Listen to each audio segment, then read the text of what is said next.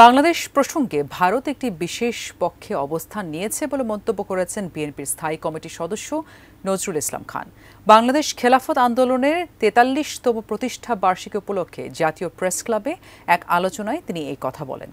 গণতন্ত্রের বাহন নির্বাচন আর আওয়ামী লীগ সেই বাহনকে ধ্বংস করেছিল বলে মন্তব্য করেন বক্তারা। দ্রুত নির্বাচনের বিষয়ে নজরুল ইসলাম খান বলেন, অন্তর্বর্তী সরকারের মূল দায়িত্ব হল সুষ্ঠু নির্বাচনের ব্যবস্থা করা। এজন্য অন্তর্বর্তী সরকারকে সহযোগিতাও করা হবে। এ সময় ইসকন ইস্যুতে ভারতের দেয়া বিবৃতিতে সমালোচনা করেন বিএনপির স্থায়ী কমিটির সদস্য নজরুল ইসলাম খান। ভারতের সরকারের কাছে অনুরোধ জানায় এই ব্যাপারে ব্যবস্থা নেওয়া। এই যে জুলাই আগস্ট মাসে এত শিশু পর্যন্ত নিহত করা হলো, কই এই নিয়ে তো কোনো